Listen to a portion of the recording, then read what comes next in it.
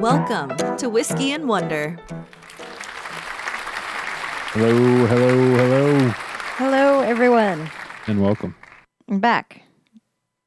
In the, I guess I can still call this the office. The old office. Yep. Yet again. Still no studio, but on its way. Yep. We're working on it. This is Whiskey and Wonder, where I'm Tyler. And I'm Megan. And we whiskey and we wonder. Yep. Every week. Yep. Or not Every every other week. week at Every this other point. week we get together, we review whiskey, and I teach Tyler something interesting, hopefully. Yep. And we try a new whiskey, and it's glorious. Yes. And that is our, I'm not going to lie, that's my favorite part. I like, I enjoy learning, but the whiskey is what I look forward to. So, yeah, we got a good one in store for today. I have been to the liquor store and found some very good stuff and spent entirely too much money. So I'm gonna have to. I'm sorry. I'm gonna have to steal what you said earlier and use it at some point because that was too good. 100% do that. All right. So anyway, well, I'll get into that later. But a couple of announcements real quick. Check out the Patreon. We've got some cool stuff going on there. Mainly, you can go vote on our Infinity bottles, which are our own house blends that you get to vote what goes into them. They're right behind Megan there, beside the Whiskey of the Year bottle, which is the decanter in the middle. Also, I want to give a shout out. That is a blueprint for the whiskey still patent behind them. That was a Christmas gift from a good friend Mia. So thank you, Mia, for that. I don't know if I mentioned that at the time. Thank you, Mia. Yeah, so go check that out on Patreon. I think it's like $2 a month to be able to vote on that. And then you can see Megan's face when we open the bourbon one, and she doesn't like it because It was gross. she didn't like it. It was not pleasant. And you guys voted on everything that went in there. So we appreciate those that do vote and that do support us, whether that's through donations or liking, subscribing, telling their friends, telling your friends, leaving comments, leaving likes and even dislikes help. They show that you're interacting with our podcast. So Yep. Everything you do helps. So thank you guys so much for doing what you do. Absolutely. And we have reached a milestone of 10,000 listens, which, you know, I would hope we would have got to a little better almost 3 years later, but a little faster. But, you know, beggars can't be choosers. So I'm just glad we're there. Mm-hmm. We had a rough 10 months, though. Yeah, we did. We did. And neither one of us are good at social media. So that puts a limit on it. But anyway, we appreciate everybody that does support us. Oh, Megan picked up a ruler there like she was about to wham. I thought it was one of those slap Oh, no, it's a ruler. things. Anyway, we're going to move on. Today we're going to go to the open segment and talk about what's been going on in our lives for a little while. Yep.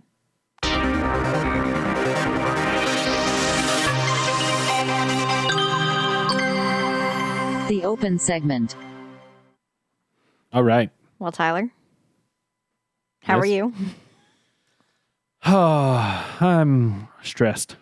Oh, no. Yeah, just between work and going back to grad school, and Shelby's parents are coming into town this week for a week, so we've been prepping for that. It's also summertime, and my yard is specifically my side yard and my backyard, and about a third of my front yard are just full of Dallas grass, which is my nemesis. I've been trying to really take care of my yard this year for the most part, and the Dallas grass, I can cut it, and then 2 days later, it's like 4 inches tall. And it's a pain in the ass. So it means I have to mow the yard more than normal. So Don't you and Shelby have an automatic mower, like a robot? In the backyard. Can I not do It could do the front yard, sure. I could have it do that, but I'm not willing to let somebody steal it.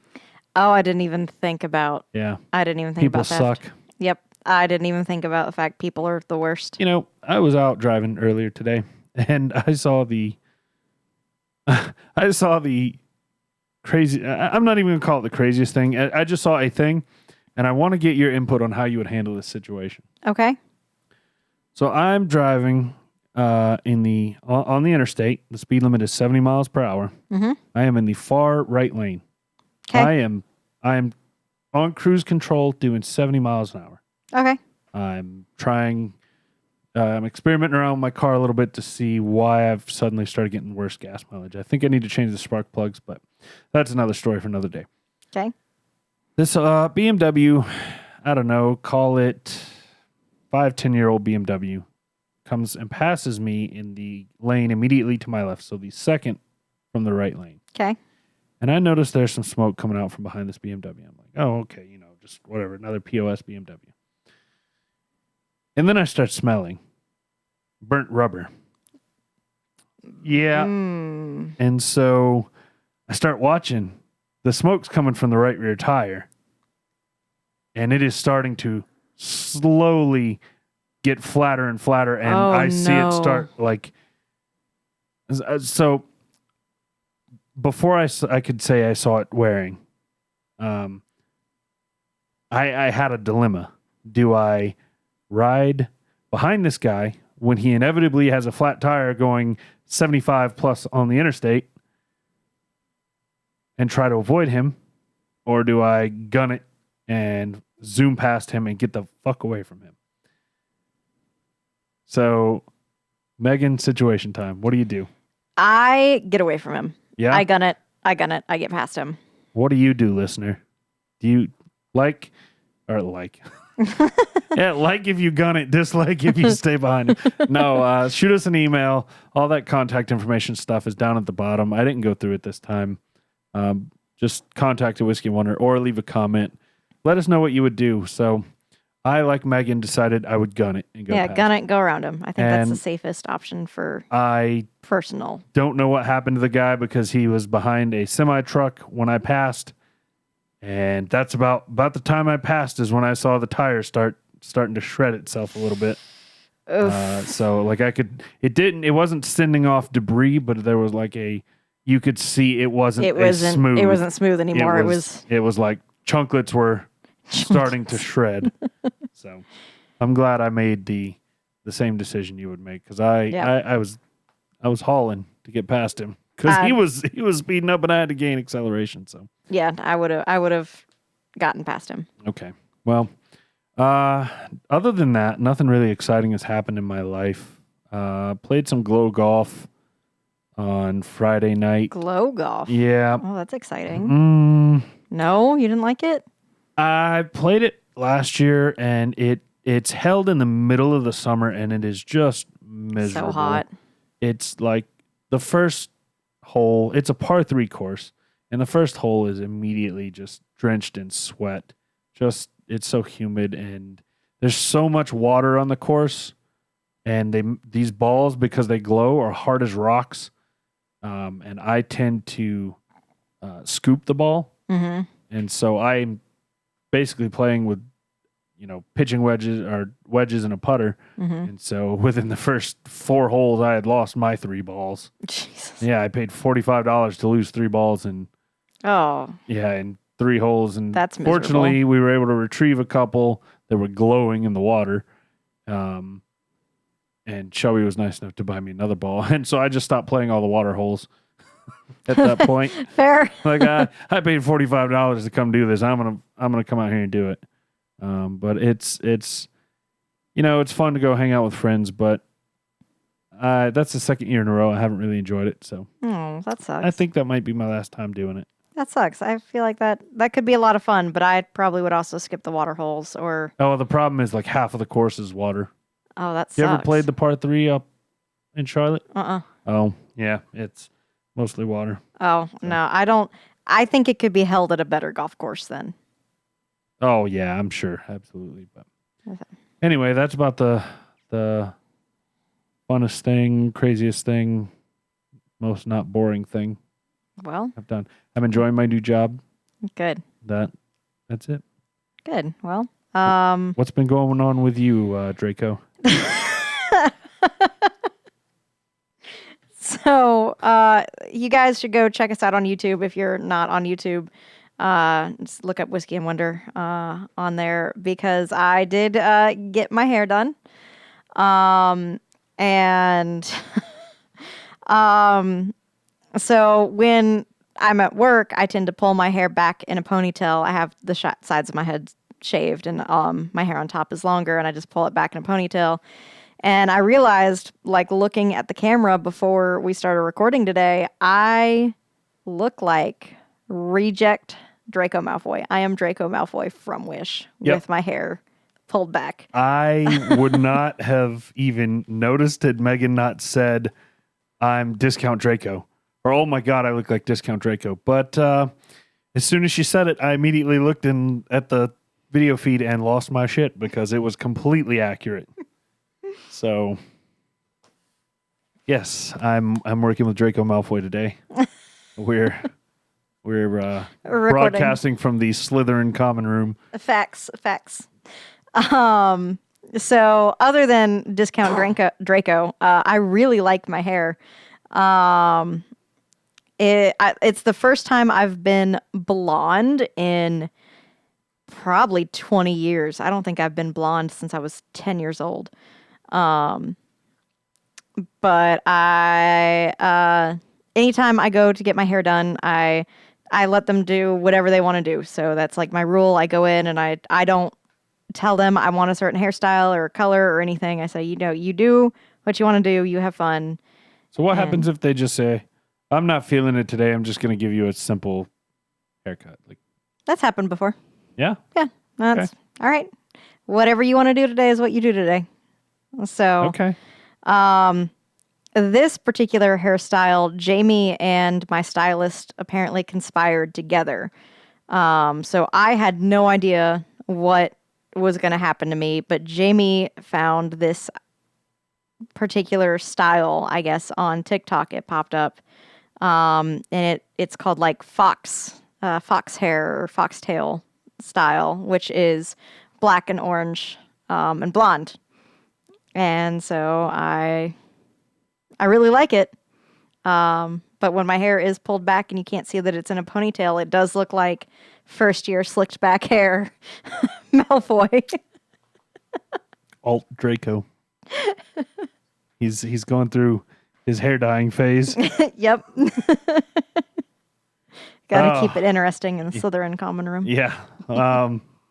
Anyway, I wanted to share that moment with you guys, so I'm glad Megan opened my eyes to that when she said it. What else has been going on? Man, other than that, like I'm trying to think. I feel like I had things to share on the open segment. In fact, I know I did. And I can't remember what they are. Time is making fools of both of us. It's just going by and we're just doing the same old thing. Yeah. At least I am. I cannot remember what I was going. Did you have a nice Prime Day? Nope, spent no money. It was so yes, I had a great Prime Day. I didn't spend a dime. I bought a couple things. Most of it was responsible stuff. Like I bought some fire extinguishers and a carbon monoxide detector. And adulty. I actually bought new mic mounts for Megan and I that are low profile. And I went to put one on today for just to test it out over here at my area, and it was nowhere near tall enough. You would be a little like if you're on YouTube, down. The microphone would have been like down here. And so this is me already squatting down. And so I put the old one back on, and I can at least get it where it's comfortable for me to just sit normally. Yep. So yeah, I guess I really didn't have anything crazy on Prime Day either. So I mean, it's a good thing you got fire extinguishers and carbon monoxide detector and stuff. Responsible stuff, not fun stuff. So I don't know if we have a carbon monoxide detector. That's something that I should probably make sure we have. Yeah. I feel like we need to have one of those. Especially having dogs or cats. Yeah. Yeah, They're low to the ground and carbon monoxide sinks. So I really you can get them. They plug into the wall. Yeah. Hey, Jamie. If we don't have one of those, let's get one of those because I think they're like 25-ish. Yeah, let's 25-ish. Yeah, Jamie. Let's get some carbon monoxide detectors Yeah, because you can get them at Lowe's or Home Depot or Amazon or wherever you shop. get your hardware stuff at, I'm sure. Yeah, let's get some of those. I just realized I don't think we have any. So, yeah, all right. Well, thank you, Tyler, for I do what I can. didn't even think about it. Well, if I think of what I was supposed to tell you, I'll let you know. But other than that, like I feel like All just right. Well, been keeping on, and nothing wrong with that. Well, it'll be a relatively short open segment. We'll just dive right into the whiskey.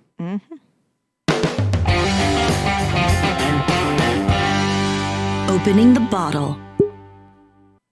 Alrighty. So, Megan, do you want to? Yep, I'm. Or I can at least show the camera. Yeah, show them what it looks like. So, we have. Oh man, I should already have that up. We have another of the Blue Run whiskeys today. This one is Reflection 1, which is a small batch Kentucky straight bourbon. Apparently, the liquor stores around here have started finally being able to get Blue Run in somewhat regularly. So let me see exactly when we did this, because we have done Blue Run before. We did it in episode 1 with the high rye. I'm sorry, episode 81. What did I say? 1? Blue Run high rye was done in episode 81 by just me. And I'm trying to figure out where Megan did it, because we did it on separate episodes. Do you happen to? Oh, you did it on. I did it on 81. Lord, I don't. Oh, you did it on episode 91 with Jamie. Yep, I know I've done it. Okay, so we rated the high rye. I gave it 6.5. Megan gave it a 7, and for what it's worth, Jamie gave a 7.5. So I'm not going to give you the spiel on the whole background of the distillery, because you can find it there. What I am going to do is talk a little bit about this bourbon and the new distillery that they're opening. As soon as Megan can get the top back in the bourbon, I want to make sure I get the proof right for this bottle. Something just went off. All right, so this one is 95 proof, and it was about $85. Like I said, it is the Blue Run Kentucky Straight Bourbon Whiskey Reflection 1. And it'll say that right about there. The other one says high rye. And the butterfly is like that multicolored metal that's usually bismuth. So, Reflection 1 is a small batch whiskey and was contract distilled by Blue Run's liquid advisor and Bourbon Hall of Famer, Jim Rutledge. Jim distilled this batch at Castle and Key Distillery. The name Reflection 1 was chosen by 2 of Blue Run's founders who faced personal challenges over the past 2 years in the middle of the pandemic and while they were launching the company, because Blue Run's only been around since 2020. So pulled from existing aging stocks, this quote-unquote approachable bourbon at this particular proof is what they both enjoyed during this period, and it allowed them to reflect on what truly matters, starting the first and foremost with family.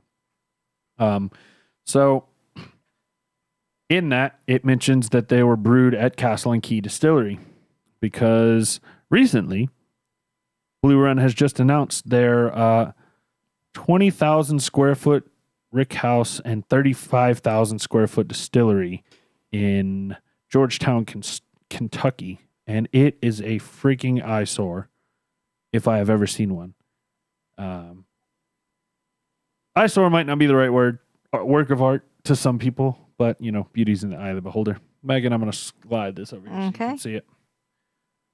Can you see that? Oh, okay. I like it. All right. That's why I like that's it. why I said it's in the eye of the beholder. I like it a lot. So it makes me think it's like keeping to the theme of discount versions of stuff. It looks like a discount version of the Sydney Opera House, in my opinion. Oh, I don't get that at all. Okay. But anyway, so they're a relatively new distillery, and it sounds like they're having to brew a lot of stuff. Other places, I'm sure they're using some IGP stuff. For anybody that doesn't know, that's the Indiana grain producers. It's an old Seagram's distillery in Indiana. that they produce a lot of liquor and whiskey that companies, especially new companies, will buy. It's hard to have I believe Blue Run has a 13 and 14-year-old bourbon, and it's pretty hard to do that when you're founded in 2020, unless you were doing some illegal shit on the side. So they buy that stuff from MGP and blend it and make it, market it until they can make their own. Mm-hmm. So yeah, I just wanted to touch on this this distillery, as it's called. I just can't. Everybody needs to go take a look at this. The distillery is engineered to look like a sleek modern art museum appearing as a flowing double infinity sign from above. This overall look is dubbed as Meander, which is meant to replicate the rippling journey of the Royal Spring in its hometown of Georgetown. So it's a little nod to the fact that the water in the area helps make the whiskey. So I thought that was a little interesting. So Megan's been sniffing on this. I'm trying to see how much they spent on this thing. I thought I saw that it was like $50 million. Oh my God. Let me see if I can find that real quick while you're looking for that. All right. Well, I mean, the smells really, really good. So Reflection 1, I'm getting a lot of berries. So I distinctly have gotten blueberry and strawberry at separate points. As well as some sort of pepper, like a spicy type of pepper. So, a little bit of like a sugary sweetness, but to me, I'm getting a lot of berry, very fruity, but not citrus. So I don't disagree with the fruity note at all. I don't know that I could necessarily pick out strawberry though. Yeah, to me it smells. I consider those to be like blueberries and strawberries to be more of a light fruit, kind of like it's kind of like light and airy, I guess. Like I would put those in a smoothie. Yeah. I wouldn't. Whatever fruit I'm getting in this, I wouldn't really put in a smoothie. Okay. I don't really know how to pick a specific one. It just doesn't smell like something that would go in a smoothie. Okay. I disagree. Okay.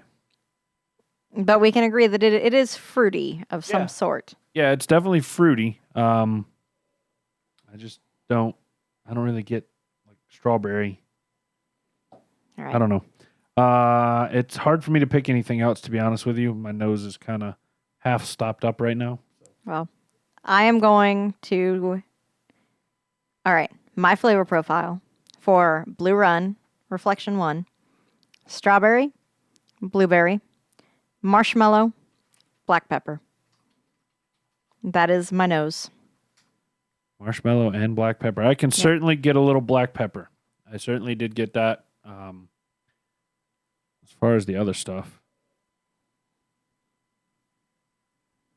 I don't know. This one's hard for me to. Maybe I'm just out of practice.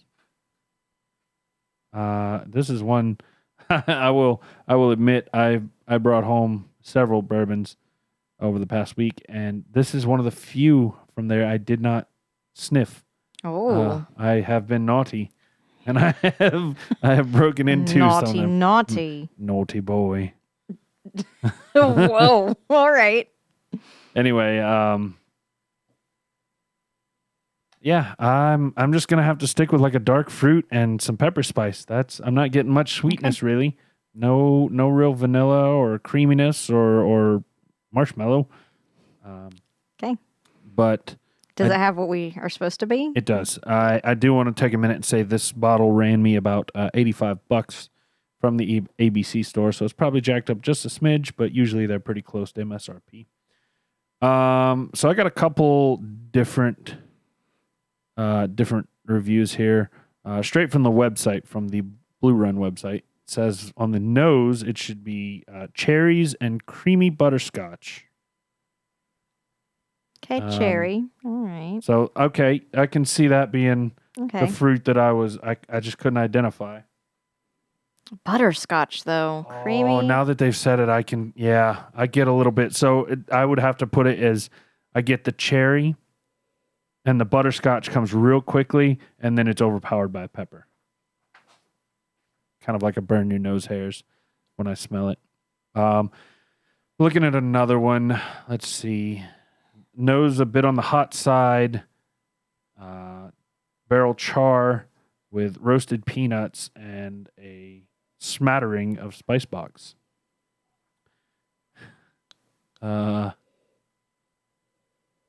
This is funny. This review says there's youth here, so he can tell it's a young bourbon. That's funny.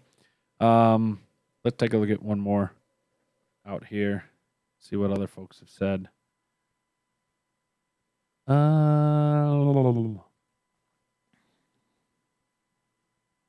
Ginger spice, hazelnut, dark cherries, cinnamon, nutmeg, and rosemary. And those of you that get that, you'll get that. And those of you that don't, you'll just be left to wonder. So have you tasted? I have not. I've been smelling. The only thing I can agree with any of those is maybe some cherry, but I did not get butterscotch. I'm not getting any of the other. I'm sticking with blueberry, strawberry, marshmallow, black pepper. That is the nose I am sticking to, and I will fight that battle. I 100% can get cherries. Now that they've named it, I can 100% see cherry. And like I said, the spice. Megan's drinking.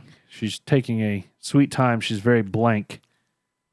Blank with Megan is usually not good. It's very mild. I almost said bland, but mild. There's a lot of burn in the middle, but it's hard to distinguish flavor. Though I do get fruit punch. Like there's like a fruit punch aftertaste. Really? Yeah. Like literal, like I feel like fruit punch aftertaste. I drank fruit punch cocktail. I got a hefty burn towards the end that didn't go away actually.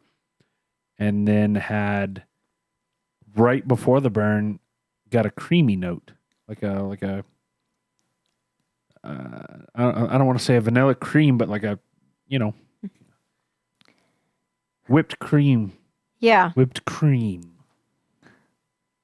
Yeah. Cool flip. Okay, Stewie. Say whip. Whip. Now say cool whip. Cool flip. Okay, Stewie. For only being 95 proof, it is more peppery than I expected it to be. More burn. And the burn does kind of linger. Yeah, I just got on the back end got a woody note. Definitely can taste the charred barrel in there. It's kind of masked a lot by the pepper, but it is there. Yeah. So. Yeah. Fruit punch though. I'm gonna stick with that. Fruit punch. Or like that fruit cocktail that has like the Tahitian treat. Tahitian treat? You never had that like fruit punch type soda thing? My stepdad used to drink it all the time. No idea what that is. All right. Yeah. Well, I'm gonna fruit punch. Fruit punch. What are we supposed to be tasting? Well, according to Blue Run, fluffy pancakes and maple syrup on the front end, rosemary on the mid palate with an invigorating nutmeg finish. Nutmeg. No. Let's see. Let's go back to these reviews I had as well. Let's see what the other folks out there are saying. Peanut, brighter notes of cherry and a pastry dough, kind of a cherry pie.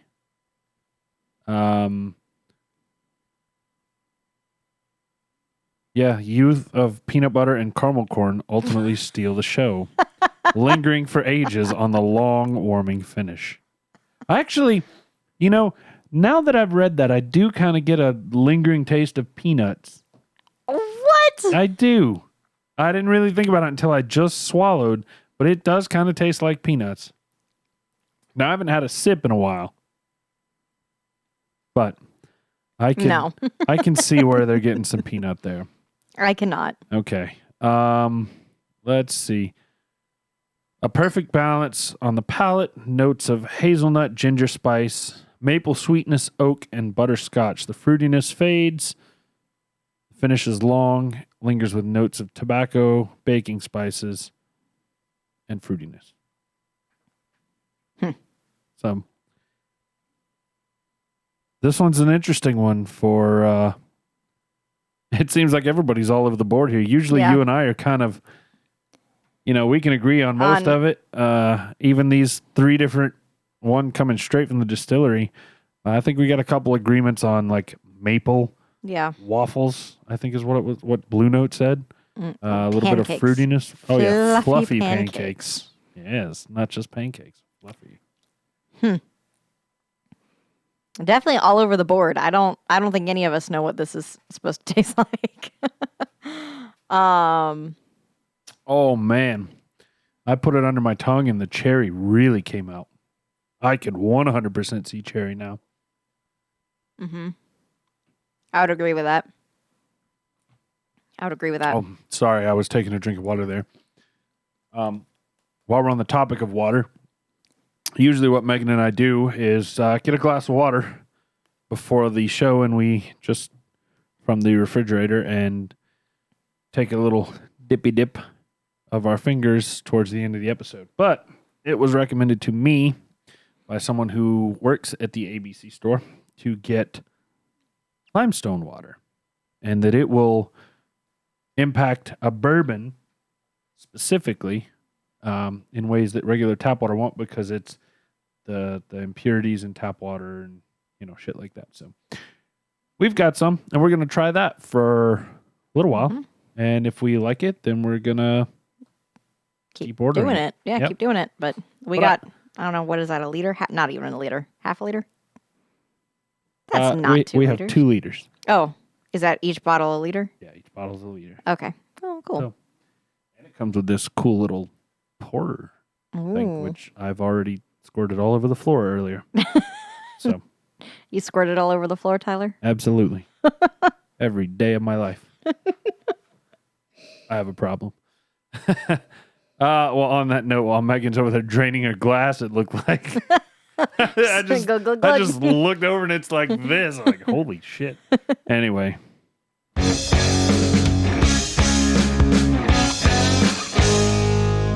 It's time for the Wonder segment. I have to break in with breaking news.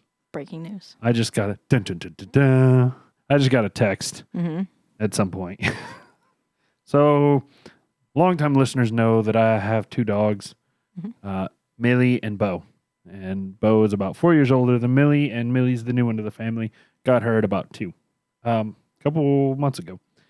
Shelby texted me and says, Millie just humped Bo. My girl dog that's 4 years younger and about half the size of my boy dog just humped him. Yep. He's a fine piece of ass. Oh, Jesus Christ. He always got humped at the dog park. So I started telling him, it's all right, dude, you're just a fine piece of ass. Oh, Bo.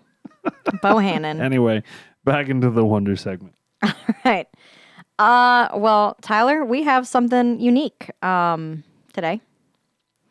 So, Jamie loves Whiskey and Wonder just as much as we do, and loves being a part of it. And so she asked me if she could do my Wonder segment. Oh, my Lord. Jamie, where have you been? You could have done all of mine.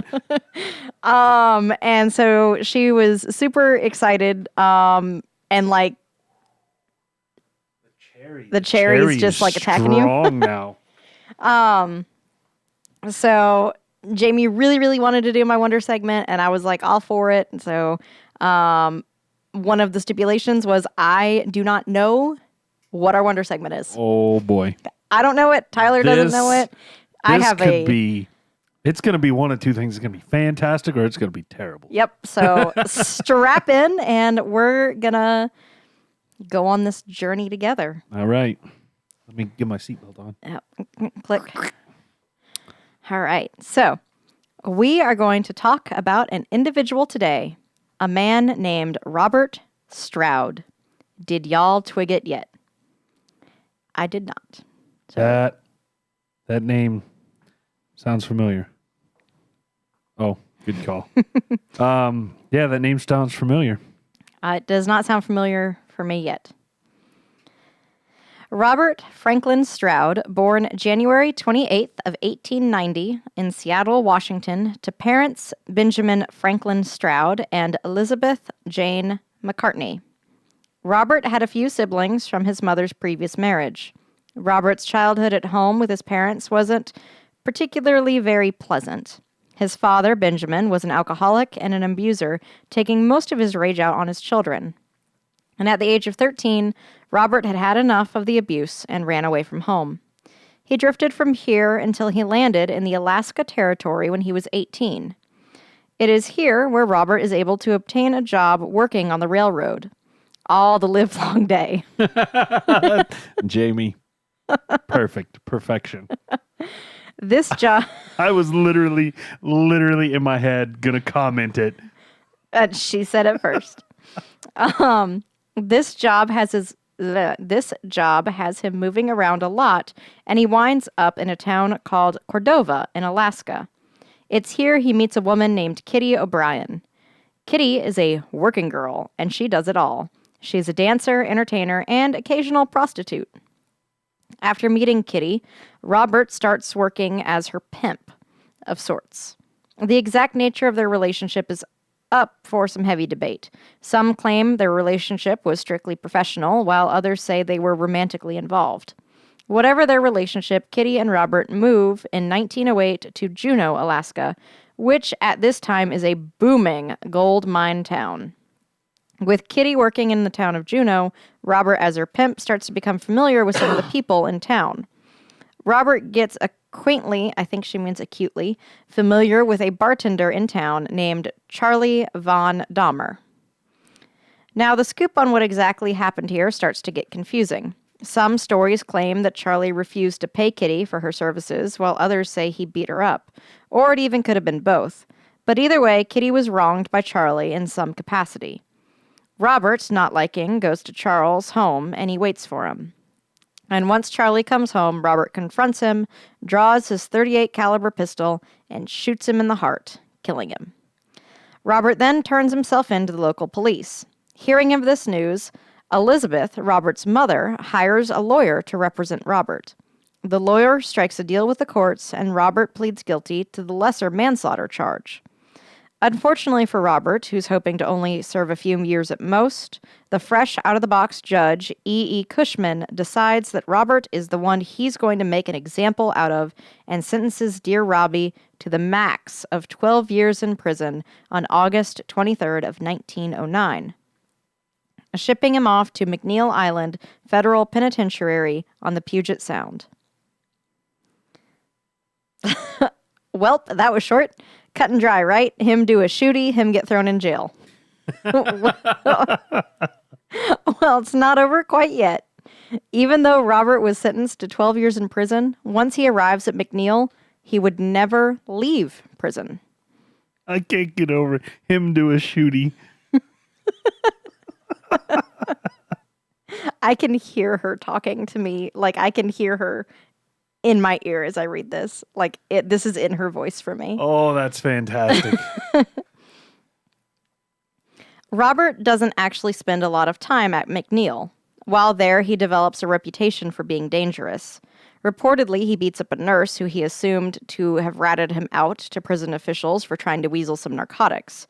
And on another occasion, he's said to have stabbed a fellow inmate for reporting him stealing food. The stabbing infraction added another 6 months to his sentence and was transferred with a lot of other inmates to a new facility in Kansas, the Leavenworth Penitentiary. Leavenworth, sorry. The move that Leavenworth, I have heard of that. Yeah, it's like one of the more famous prisons in the Union and Whiskey Burps. It's like just north of Kansas City, I believe. The move to the infamous Leavenworth was stated for reasons of overcrowding, but I find it hard to believe that one just gets relocated to a maximum security prison for funsies. In Leavenworth, Robert decides this is a good time as any to continue his education, seeing as he left school at the age of 13. Everything is going great for Robert. He is learning to be a model inmate, and then one day, in 1915, while in Leavenworth, he is diagnosed with Bright's disease, or what is now named nephritis, an autoimmune condition that correlates with chronic inflammation of the kidneys. Robert is bedridden for a while, but recovers, but he is weaker than what he was before. This leaves him bitter, and for an unbeknownst reason, on March 26, 1916, he attacks a prison guard with a butcher's knife and stabs him in the chest, killing him. Now, how in the hell a prison inmate in Leavenworth, of all prisons, is able to obtain a butcher's knife is beyond me, but hey, it was a different time, so who knows? Valid. There was a new trial for the death of the prison guard, where he was convicted of first-degree murder and sentenced to death by hanging. The lawyer for this trial that his mother had again paid for filed an immediate appeal, and the trial was invalidated due to a technicality, and another trial was scheduled for a year later. In this time, Elizabeth is doing everything she possibly can to help Robert. She's sending letters to anyone and everyone of importance about opposing the death penalty. When the second trial rolled around, Robert's attorney used the insanity plea, claiming that Robbie Boy was mentally incompetent. On May 22, 1917, he is found guilty again, but was sentenced to life in prison. Unhappy with this outcome, the attorney is told to file another appeal, and the trial yet again invalidated, and a third trial is scheduled for the next year. When the hearing for the third trial starts, Robert's attorney ghosted him like a bad Tinder date.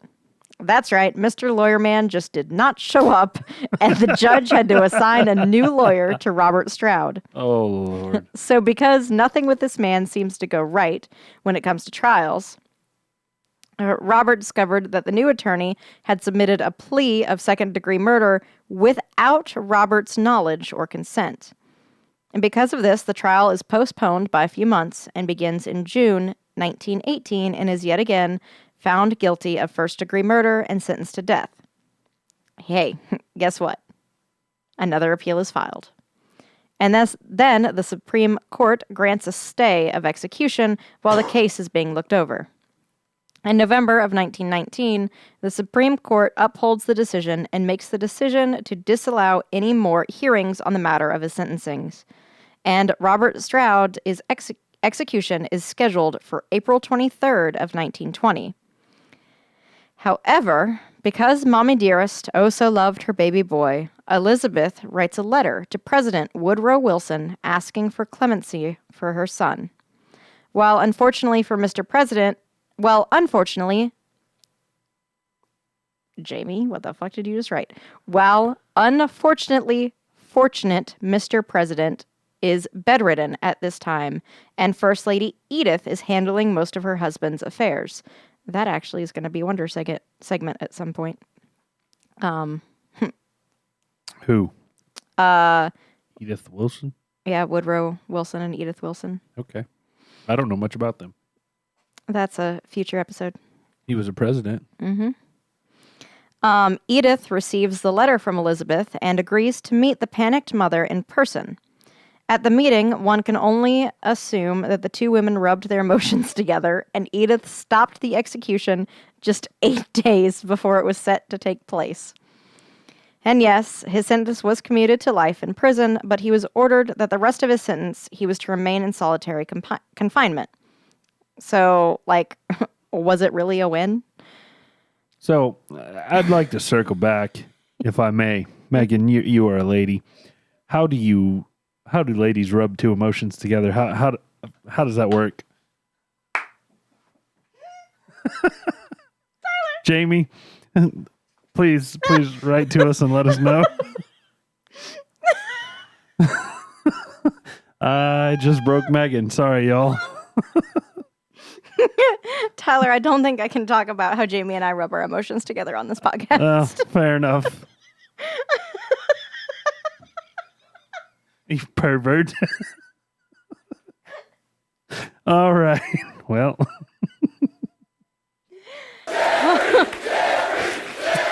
I knew that button would come in handy one day. You didn't know it come in handy so soon, did you? I did not. Oh, God. I am crying, Tyler. That was... Yep. Well. Oh, that was great. Oh, Lord. Anyway, I'm going to take and put some limestone water in the whiskey I have left. Let me, actually, it's probably about time for some water for me, too. So, Oops, that might have been. pour some water for me, too. Alrighty. Sorry, that broke me, Tyler. And blame Jamie. She's the one that wrote it. I just asked a question on behalf of humankind. So, mankind. Jamie, now, since you're going to listen to this, now you have to email us, contact@whiskeyandwonder.com, and explain how two women rub their emotions together. And we'll read it for mail time. Or you can just comment it on the Or YouTube. comment on whatever the YouTube. you want to do. Something. Let us know so not me, write it down so we can read it on air, because we'd like to know how we rub emotions together. Lord, that must be a lady secret that us men don't know about. Oh, God. All right. Okay. Compose yourself. Okay.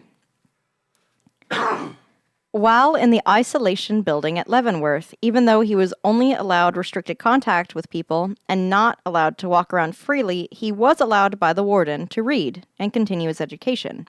And read he did. My man's read all of the books. But one day in June of 1920, on his exercise walk around the yard, he came across a bird's nest that had blown out of a tree. Are y'all confused where this is going yet? I'm not. I cheated. You cheated? I knew that name from somewhere. You cheater! Cheater McCheaterson! No, I was right. Oh no, did the computer just die? I don't know exactly what just happened. Oh, Anyway. well. Okay, we're still recording? Yep, Okay. Continue.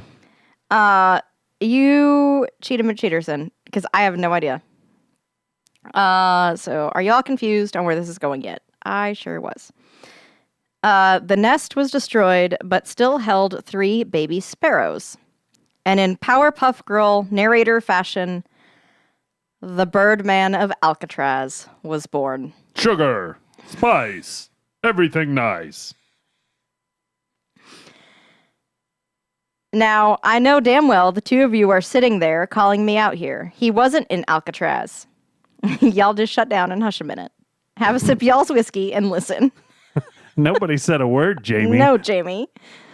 I was thinking it. He scoops up the baby birds and puts them in his pack and carries them back to his cell. Hey, man, you want a baby bird? He decides to nurse these birdies back to health and raise them up so that they can stand on mountains. Because he's allowed the privilege of reading, Robert reads all of the books on bird rearing that he possibly can. The warden sees this new passion of his and makes the decision to allow Robert to keep canaries, along with encouraging Robert in his new bird upkeep adventure. Not too long after this, Robert Stroud soon becomes the canary dealer of Leavenworth, breeding them and selling them all over the prison and to visitors. So I wasn't wrong. Hey, man, you want a bird, for real. For real, you were right, Tyler. At his busiest point, Robert had over 300 canaries in his cell with him. That is a nightmare. They must have been shitting all over Oh everything. my God, that sounds horrifying. 300 canaries. Do you know what 300 birds looks like? No, but I can estimate what 300 birds shit looks like. In my living area, no thank you. Mm-mm. In the year 1931, a new law was passed that barred federal prisoners from conducting for-profit enterprises while they were incarcerated. Trying to keep his head up after losing his business of sorts, Robert then focused his time reading some more and learning how to make his own medicine for the birds. When one died, it was said that he would dissect them with his fingernails to study them further. He starts writing to countless other breeders and bird experts, eventually writing a few papers of his own that ended up getting published. Hold on. Mm-hmm. It said that he got to make medicine for the birds. For the birds, yep. They gave this man chemicals. In what I've read so far, Jamie has not explained how or why, but yeah, he was able to make medicine for the birds. It had to have been like an apothecary, like holistic. He found dandelions outside and like plants and shit. It had to have been like that. That's the only thing. This dude's like killed 3 people at this point. That's the only thing I can think of. Yeah. Yeah. Okay. At this point, the staff and other inmates at Leavenworth are starting to grow tired of the birds. I'm sure his cell is plucked, pun intended, out of Megan's nightmares. Yes, it is. One of the breeders that Robert writes to is named Delia Mae Jones, who is so impressed with his knowledge, she starts to visit him in prison and actually gets a petition signed and sent to the president. And the decision was made that he was allowed to keep his birds and even move into a larger cell. In 1933, in a smuggled manuscript that Robert was somehow able to give to Della Mae, a book titled Diseases of Canaries is published. And almost 10 years later, Robert publishes a second book that is effectively the same book, just an updated version. Every textbook ever made. Fun fact, most of Robert's information on canaries is still current husbandry today. The books do moderately well, and Robert starts getting irritated that he is unable to receive any royalties from them. He complains to his publisher, who in turn complains to the prison, whose response is to try to ship him off to Alcatraz.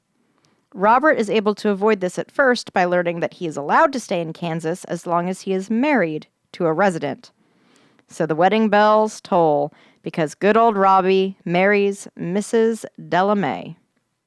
That was the bird lady coming to visit him? Yep. Yeah, what a pair of weirdos. Bird brains. But we have that sound effect. I should have hit the sound effect. There you go. Learning that her son is now married, Elizabeth becomes irate, absolutely inconsolable with rage. Jesus Christ. Insane lady. Why are women so creepy about their sons? It's fucking weird. Anyway, she decides to turn her back completely on her son. No offense to any mom of boys out there, but Wait. Did you say mom and boys or mama's boys? Mom of boys. Moms of boys. No offense to... I thought you said to mama's boys. Look all you little snot-nosed mama's boys out there. No, We're going to offend you. Full offense to mama's boys. No offense to mothers of boys who are not weirdos. But those of you who are weirdos, just stop. He's your son, not your boyfriend. Anyway. She decides to turn her back completely on her son and goes as far to testify against him at his first ever parole hearing. So this bitch went from paying all of his lawyers and doing everything for him to like... rubbing emotions with the first lady?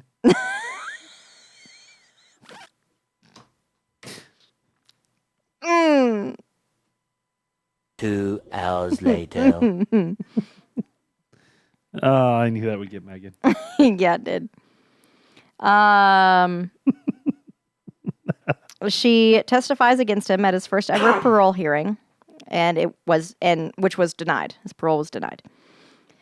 Not long after this, Robert becomes sick and is eventually on the brink of death, probably because of all the bird shit. Anyway, that wasn't written. I added that. And even though he recovers, the prison board makes the decision to transfer him. And on December 15th, 1942, Robert is woken up and transferred to Alcatraz in a 10-minute period. He was not given any time to pack his belongings, and all of them were given to one of his brothers. They got him from Kansas to Alcatraz in 10 minutes? I think they got him ready shipped, to go. Out the door. The reason for the sudden transfer was listed as cited cited as serious breach of prison rules. Speculation accused him of making moonshine and shivs, but nothing was ever confirmed. I mean, they were allowed to, like, make medicine. Moonshine is not your problem. Anyway, at Alcatraz, Robert is allowed visitors, correspondence, and access to the library. One thing he was not allowed was to keep birds. That's right. The infamous Bird Man of Alcatraz was never allowed to keep birds during his time there. Aren't Mandela effects fun? The fuck? I was trying to think of what that was called the other day. Mandela effects. And that's sad because we actually did We have that. a whole episode of that. I know. I just couldn't remember what it was called. Wow. He didn't keep birds in Alcatraz. Okay. He's still a bird brain. He, The bird brain of Alcatraz. yeah. He kept reading and writing and published 2 more papers while in Alcatraz. He was kept in isolation for the first 6 years and in the hospital block for the last 11. He attempted suicide, but failed. In 1959, he was transferred to a medical facility for federal inmates in Springfield, Missouri, where he was free to walk about as he pleased, and he even watched TV for the first time in his life. It is said that he spoke more at this facility in the final years of his life than he had ever spoken before.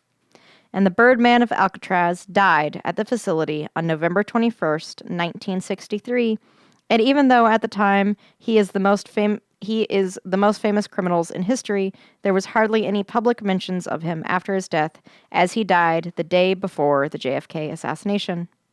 Oof. And that, Tyler and Megan, is the Birdman of Alcatraz.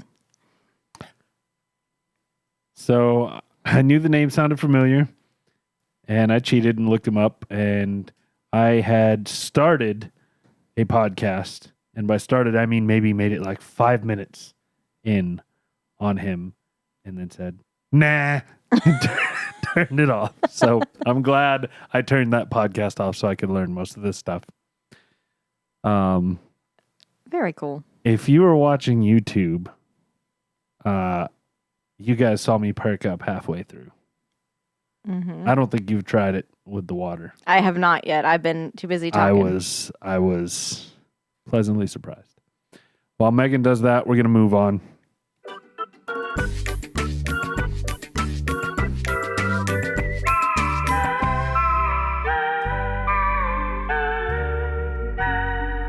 Trivia with Tyler. I don't know if you guys saw the face Megan just made, but it was very regal. Quite. Yes, quite shallow, quite pedantic. All right, so Megan, we're going to do something different here today Yeah. for Trivia with Tyler. I'm going to have you pick a random number between 1, 2, or 3. Go. 3. All right, 3 it is. 3 for Dale. Raise hell, praise Dale. Is that how it goes? Raise hell, praise Dale. No, raise Dale, praise hell. After U.S. President James Garfield was shot, his doctors were so negligent and gave him such a bad infection that his assassin openly confessed at trial to the shooting, but he argued that Garfield's doctors had actually done the killing. He did not get off, I don't believe. Oh, well, So he tried it. he did try, though. So Interesting. now we have no mail. So, whiskey.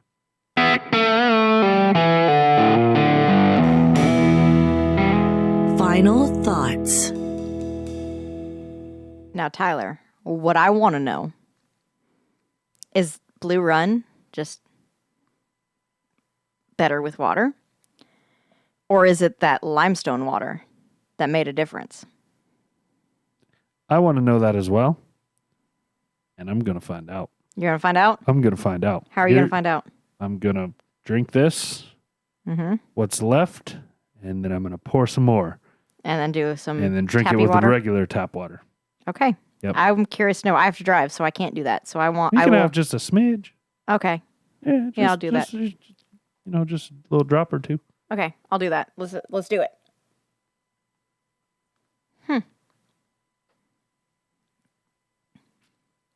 So what did you think about it with the limestone water while I fix this up? Well, I really enjoyed it with the water. And I was enjoying it without the water, but dang. The water really brought out, it took away the peppery burn, and it brought out the fruity flavors, and I am thoroughly impressed with what the limestone water did. I'm going to try to get some water here, just regular water now, to try this. Again, what did you think with the limestone water, Tyler? I was very impressed. It took pretty much all of the. I think you said for you it took all the burn away, and it did the same for me as well. Sorry, I was kind of in and out, trying to focus on not pouring you too much. It just. Now I will say, when we just took that, I probably had 2 normal sips. When we just left in my glass, and I got a little burn off that, but it really brought the flavor, the fruitiness out for me with the limestone water. I see Megan shaking her head, so I'm assuming the limestone water is the key. Hold on, I want to watch you drink this. I want to see if this is just in my head or not. Watching Tyler. He's nodding his head. Thinking about it. I'm stupid. I forgot to add You water. didn't put water in it, did you? Whoops. You put me like on the spot there. I wasn't quite ready to go, so I was like, "Oh, shit. okay, here we go." I'll get a little bit more, and so I'm gonna go Third ahead. time's a charm. Yep, I'm gonna go ahead since you're fixing that, and it maybe it's psychosomatic, but I still have a lot of burn. I have a ton of burn still with regular tap water. A few drops of regular just water from your fridge. I'm putting some extra water in there because with the limestone, It's a little poorer. it's a little pour nozzle here, and it's awful hard to just get it drop by drop by drop. So you get kind of like a little splash. So here we go. This time I actually added water. So, but I still do have a decent little burn going from the last one. Yeah.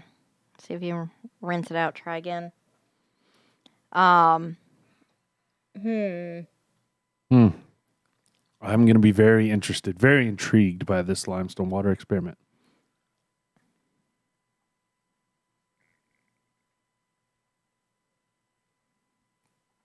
Sorry for the silence, guys. I'm just watching Tyler drink. I want to know what he thinks.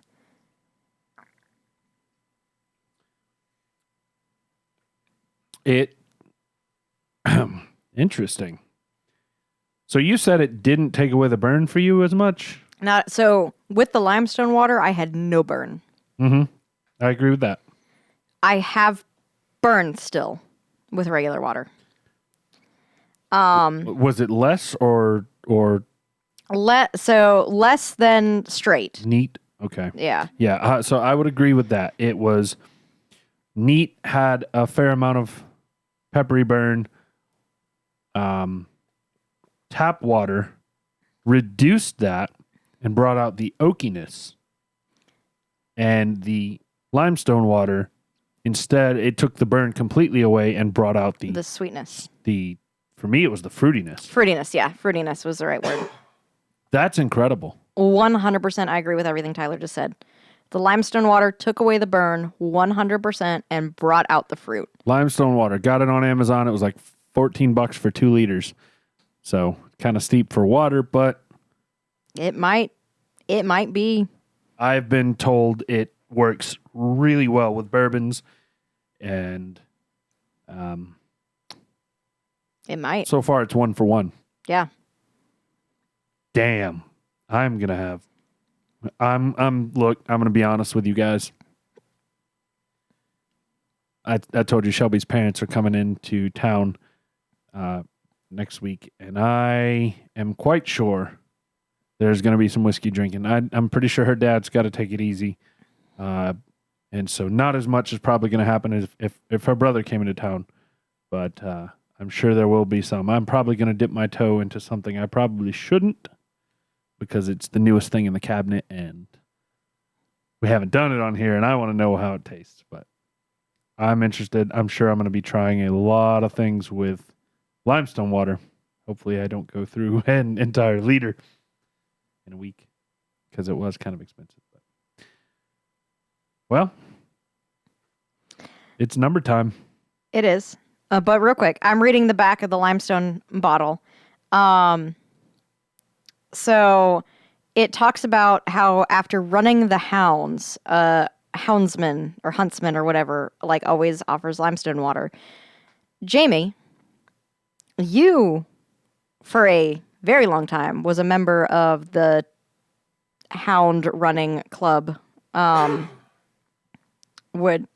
I know the horse riders and like the houndsmen were, I know you guys were like on different levels and like the dog people thought they were superior to the horse people or whatever. But do you recall whiskey and limestone water or whiskey period at the end of a hunt?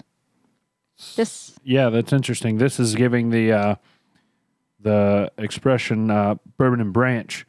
So they would dip pitchers into the limestone stream that branched off the aquifer. So they would have a bourbon and branch water. Yeah, and it says on the other side there, it talks literally about how when running the hounds.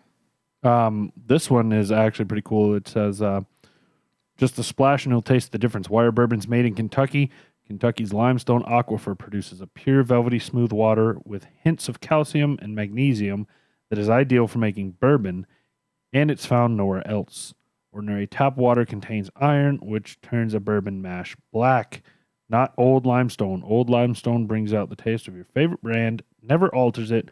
100% limestone filtered water. Great for ice cubes too, purified through reverse osmosis. This is old limestone mixing water, the official component of Kentucky bourbon. Limestone filtered, not a sponsor. Go get some. Yeah, 1 for 1. And for a penny and for a pound? Is that what it is? I think so. I was thinking it might have been a pinch. But yeah, I would 100% try that, and not like would. I get to go back through the entire cabinet that's behind Megan and try them all with that. Yeah, I'd be curious. I'd be very curious to try these. Maybe we have a special episode where we do just limestone water and some old bourbons. Yeah. That'll be a episode Jamie will have to come on, so I don't. Yeah, well, I don't get as many Mondays off anymore, so. It'd be a Friday. New job. Could be a Friday. Mm-hmm. Me and Jamie are both off Fridays. Yeah, well, we'll figure that out. We'll, maybe that'll be an episode we do one day soon. I'd like that. I'd like that a lot. So, all right, number time. Oh, man. Don't touch this. Number time. I am going 8. 8. 8. I liked it. It was good. Reasons. Fruit punch. Delicious. I did not taste fruit punch, guys. I did. What did you have to eat before you came here? I had a cronut at 4:00. The fuck's a cronut? A cronut is a croissant donut from Percentile and Creamery up at Concord Mills. Little hole-in-the-wall coffee shop. Best coffee shop in town. What is a croissant donut? It is a super flaky, it's like this tall, and it is a like croissant like layered thing that has been like fried and is delicious. Why would anybody want to mess with a donut? It's perfect the way it is. You've never had a cronut. I've had a donut though. You don't understand that. Next time. I've had a croissant and I've had a donut, and the donut wins. Jamie, next time you bring me Percentile and Creamery on a Sunday at work, I need you to get 2 cronuts so I can bring one to Tyler. Shout out to Percentile and Creamery. All right. Well, so Megan's going an 8. Let me have the last little bit real quick so I can fully appreciate it. Yes, accurately. We want to be as accurate as possible for you. It was good, and I like that it's a butterfly. I think that's pretty. I think he said this is bismuth. No, the other one, the Oh, the other one we did. one that's like the high rye. rainbowy color. Yeah. This one is just a silver, isn't it? It's just silver or gold. It's pretty. Well, it's not bad. Neat, and it's not bad with tap water, but truth be told, it would be like 5.5, 6 if I was just going based off that. But the limestone water really brought it up. And I'm going to have to give it an 8 as well. I don't know if I can go back. Like, I really... I read a comment on Reddit one time. I don't really know how or why. For anybody that has never been on Reddit, the comment section can devolve away from the original topic very fast. Megan can attest to this. Hell yeah, it can. Somehow it had evolved to, or it had devolved into men being liking a finger up the butt while they were doing it. Anyway, this one guy basically said, I pretty much classify my life as like before I discovered that and after I discovered that. It was probably a joke comment, but that's about how I feel with this limestone water. Like, I'm going to classify my whiskey drinking life as before limestone water and after limestone water. It was that freaking good. Damn. So, I'm going to give it an 8 All as right. well. 8 and 8. Nice. Oh. Well, what? Just This has been a hell of an episode. It has been a hasn't it? hell of an episode. What did you think about Jamie doing a Wonder segment? I thought it was really fun. She I could hear her as well, and she got me and helped me to get you more than anything. But he did a shootsy. That one got me. So I don't even know what the sound's going to be for this one. I got to go back. There's and a find lot something. of good ones. There's a lot of good ones. Anyway, yeah, I enjoyed it. 100%. Jamie, yeah, feel free to do it again if you want. Hell yeah. All right, Jamie. Awesome. I really enjoyed it too. So that was super cool. All right, guys. Well, thank you for sticking around. We hope you enjoyed the Bergman of Alcatraz and Tyler's revolutionary discovery about his life. Limestone water. Go get some. That being said, guys, we will see you in 2 weeks. Thank you so much for everything you do. Please take a moment to like, share, subscribe, leave a comment, do all the wonderful things that help us stay relevant, help us climb the charts. You are the reason why we are still around. Thank you one more time. And that being said, don't drink and drive. Cheers.